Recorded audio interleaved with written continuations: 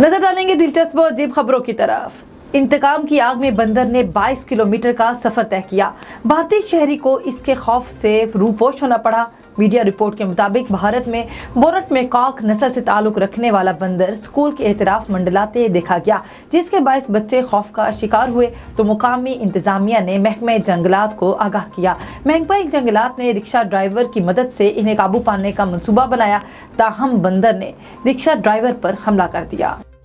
पालतू जानवर के मरने पर मुलाजिम को 2 दिन की छुट्टी देने का कानून पेश। कोलंबिया में पालतू जानवर के मरने पर इसके सोग में जानवर के मालिक को कामकाज से तनख्वाह के साथ 2 दिन की छुट्टी देने का कानून असेंबली में पेश कर दिया गया। इस नए कानून का मकसद पालतू जानवरों और मालिकान के दरमियान जज्बाती ताल्लुक का एतराफ करना है।